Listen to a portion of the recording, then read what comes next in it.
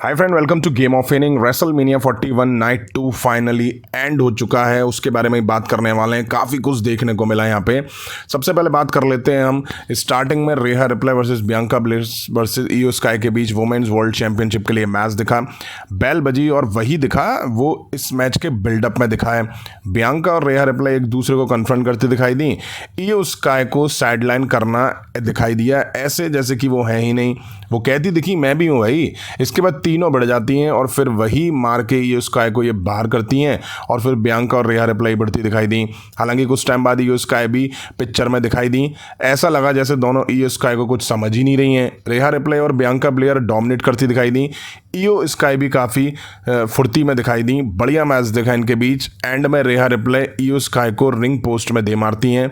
Bianca Blair रेहा replay को केवड़ी दे के pin करती हैं। इयो स्काई शानदार मून सॉल्ट टॉप रोप से बियांका ब्लेयर को दे के पिन करके मैच जीत के टाइटल रिटेन करके निकल जाती हैं। इसके बाद हमें Damien priest versus Drew McIntyre के बीच सिन सिटी स्ट्रीट फाइट मैच देखा। बेल बजने से पहले ही ड्रू मैकिंटायर ने डेमियन प्रीस्ट पर अटैक कर दिया, तब जाके बेल बजी। दोनों भारी भरकम सुपरस्टार एक दूसरे से बढ़ते दिखाई दिए। अच्छा डिसेंट सा मैच दिखा इनके बीच। एक्शन से भरपूर मैच था। दोनों काफ़ी डोमिनेट दिखे। एक्शन रिंग के बाहर दिखा और यही मतलब होता है स्ट्रीट फाइट का कि ज़्यादा से ज़्यादा एक्शन रिंग के बाहर दिखे। स्टील स्टेप्स, चेयर, टेबल जम के यूज़ हुआ इनके बीच इस मैच में। भारी भरकम स्टील स्टेप से दोनों एक दूसरे को मारते हुए दिखाई दिए। अब ड्रू मैकिंटायर रिंग के पास 2 टेबल लगाते हैं जो कि ड्रू मैकिंटायर के लिए काफ़ी फायदेमंद साबित हुई मैच जीतने में। कुछ अच्छे मूवमेंट्स भी दिखाई दिए हमें इस मैच में। अब ड्रू मैकिंटायर रिंग में टेबल लगाते हैं और डेमियन प्रीस्ट ड्रू मैकिंटायर को ही उस टेबल पे रेजर एज मार के फोड़ देते हैं, बट वो किक आउट कर देते हैं। इसके बाद ड्रू मैकिंटायर डेमियन प्रीस्ट को बाहर लगी 2 टेबल पे गिरा देते हैं और रिंग कॉर्नर में डेमियन प्रीस्ट ने चेयर फंसाई थी ड्रू मैकिंटायर के लिए, उस पर ही ड्रू मैकिंटायर क्लेमोर देके मैच जीत ले जाते हैं। नेक्स्ट मैच हमें Bron Breakker versus Penta versus Dominik versus Finn Balor के बीच इंटरकॉन्टिनेंटल टाइटल के लिए मैच दिखा। बेल बजी और पेंटा रिंग में दौड़ने लगे। पेंटा और ब्रॉन भिड़ जाते हैं। इसके बाद दोनों मिलके ब्रॉन को रिंग के बाहर कर देते हैं। फिर पेंटा, डॉम, बेलर दोनों में मार देते हैं। ब्रॉन ब्रेकर बड़ा एग्रेशन दिखाता है यार रिंग में, कभी कभी ओवर भी लगता है ये। बढ़िया मैच दिखा इन चारों के बीच, एनर्जेटिक मैच था। वहीं अब तक डॉम और फिन बेलर टीम बना के ही लड़ते दिखाई दिए। फाइनली वो मोमेंट आया जब फिन बेलर और डॉम एक दूसरे से भिड़ गए। डॉम मौका देख करके 619 के लिए जाते हैं। बेलर पकड़ के अच्छे से लतिया देते हैं। अब फैटल 4 वे में पिन करना आसान थोड़ी है, कोई ना कोई आके पिन तोड़ ही रहा था।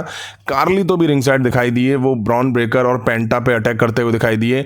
अब कार्ली तो टेबल पे पेंटा को मूव देने वाले थे, तभी ब्रॉन ब्रेकर टेबल से होते हुए स्पीयर लगाते हैं और टेबल फोड़ देते हैं। रिंग में ब्रॉन ब्रेकर पेंटा को स्पीयर देते हैं। डॉम ब्रॉन ब्रेकर को 619 देते हैं। बेलर टॉप रोप से डॉम को गिराते हैं। अब baler sling blade shotgun drop के कूडी गिरा देके ब्रॉन ब्रेकर को पिन करते हैं, तभी टॉप रोप से डॉम शानदार स्प्लैश देके बेलर को पिन करके मैच जीत के बन जाते हैं न्यू इंटरकॉन्टिनेंटल चैंपियन। बेलर भाई साहब खुद को ठगा हुआ महसूस कर रहे थे। अब हमें रैंडी ऑर्टन दिखाई दिए। वो यहाँ सरप्राइज अपोनेंट के खिलाफ मैच लड़ने के लिए दिखाई दिए। वो आगे कहते हैं आज रात मेरा 20th रेसलमेनिया है। मैंने कहा था मैं दिखूंगा रेसलमेनिया 41 में। मैं रेडी हूँ। सवाल ये कि कौन आने वाला है। जो भी है उसको मिलेगा रेसलमेनिया मूवमेंट और मिलेगा 3 डेंजरस वर्ड RKO। सरप्राइज के नाम पे था TNA champion Joy Henry. Fans को लगा यहाँ कोई रिटर्न दिखेगा, बट नहीं, ये हुआ है यहाँ पे। नेटफ्लिक्स पे कमेंट्रेटर इतने खुश जैसे कि भाई पता नहीं इन्होंने क्या देख लिया हो। लोग भाई लिटरली उठ के ब्रेक पे चले गए सूसू वगैरह के लिए। ऐसा लगा जैसे कि रैंडी ऑर्टन का 20th रेसलमेनिया था तो उनको बस बुक कर दिया है, कुछ भी बिना सोचे। इस मैच का होना ना होना बराबर ही है। बहुत जल्दी मैच खत्म कर दिया। रैंडी ऑर्टन ने RKO देके TNA वाले सुपरस्टार को हरा दिया। फिर रैंडी ऑर्टन उठ के भाईचारा निभाते हुए दिखाई दिए, हाथ साथ में ऊपर करते हुए दिखाई दिए और फिर एक और RKO दे डाला। चलो ये तो अभी अच्छा था इस मैच में। वहीं WWE से पूछना होगा कि WWE का इतना बड़ा रोस्टर है, उसमें से कोई भी नहीं है रैंडी ऑर्टन के अपोनेंट के तौर पे। अब हमें AJ style versus Logan Paul के बीच मैच दिखा। शुरू में AJ स्टाइल लोगन पॉल में मार देते हैं। रिंग साइड तबीयत से AJ स्टाइल ने मार दी। अब लोगन पॉल पलटवार करते हैं और तबीयत से AJ स्टाइल ने मार देते हैं। मैच काफ़ी स्लो था।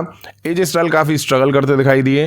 क्राउड पे भी डिपेंड करता है, स्पेशली जो स्टार्टिंग की 7-8 लाइन है ना बैरिकेड के पास जो बैठे थे ना, उनको देख के ऐसा लग रहा था कि भैया ज़बरदस्ती ला के इनको बैठा दिया गया है, बस बैठे हैं हैं। कुछ तो फ़ोन में भी लगे हुए थे।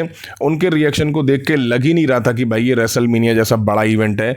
लोगन पॉल कुछ अच्छे मूव्स जरूर इस मैच में लगाते हुए दिखाई दिए। इस मैच में भी लोग ब्रेक लेता हुआ दिखाई दिए, जैसे मानो कोई इंटरेस्ट ही ना हो। वहाँ बैठे लोगों ने सोचा कि मेन इवेंट शुरू होगा, उससे पहले ही वैसा फ्री हो लो टॉयलेट वगैरह से। लोगन पॉल एजे स्टाइल पे स्टाइल क्लैश लगाते हैं। उसके ठीक बाद एजे स्टाइल भी लोगन पॉल पे स्टाइल क्लैश लगा देते हैं, हालांकि पिन नहीं करते हैं। अब रिंग के पास कोई पपलू आता है ब्रास नकल लेके, कैरियन क्रॉस उसको आकर रोकते हैं। एज स्टाइल को ब्रास नकल देते हैं और कहते हैं कि भाई मारो इसको इससे। एज स्टाइल भैया बड़ा डिसेंट बनते हैं, ब्रास नकल को फेंकते हैं, कैरियन क्रॉस में पंच जड़ देते हैं और रिंग में जैसे ही जाते हैं लोगन पॉल वन लकी पंच और मूव देके मैच जीत ले जाते हैं। अब हमें Liv Morgan, Raquel Rodriguez versus Lyra Valkyria और सरप्राइज अपोनेंट के बीच वुमेन्स टैग टीम टाइटल के लिए मैच दिखा। सरप्राइज अपोनेंट कोई और नहीं बेकी लिंच थी, जो कि बहुत ही ज़्यादा एक्सपेक्टेड था। बैले पे बैक स्टेज अटैक हुआ था, इसलिए वो इस मैच से बाहर कर दी गई। सही है यार, महीनों गायब रहो, रेसलमेनिया जैसी ग्रैंड स्टेज पर रिटर्न करो, वो भी सीधे टाइटल मैच में। रकील रॉड्रिगेज और बेकी लिंच मैच की शुरुआत करती हैं। बेकी लिंच रकील रॉड्रिगेज को कुछ मूव्स देती हैं और फिर टैग लायरा पे आता है। अब मॉर्गन और रकील लायरा को अपनी साइड फंसा के तबीयत से मार देती हैं। बेकी लिंच आके दोनों में मार देती हैं। मॉर्गन और रकील रॉड्रिगेज कुछ भी नहीं है भैया बेकी लिंच के सामने। लायरा रकील रॉड्रिगेज को रिंग साइड डीडीटी देती हैं। रिंग में मॉर्गन ओब्लिवियन बेकी लिंच को देके पिन करती हैं। लायरा आके पिन को तोड़ती हैं और Becky Lynch manhandle slam देके मैच जीत ले जाती है और बन जाती है new women's world tag team champion. वाह भाई, क्या मजाक लगा के रखा डब्ल्यूडब्ल्यूई ने। 1 साल बाद वापसी और आते ही टाइटल जिता दो। कुछ साल पहले बेकी लिंच ऐसे ही समर स्लैम में वापसी करती हुई दिखाई दी थी और भाई साहब चैंपियन बन गई थी। सही है, अब पति पत्नी दोनों चैंपियन हैं। अब हमें स्टोन कोल्ड की एंट्री दिखाई दी। वो आके कहते हैं कि क्या आप अच्छा टाइम स्पेंड कर रहे हैं। मैं यहाँ आया हूँ आज की अटेंडेंस को अनाउंस करने।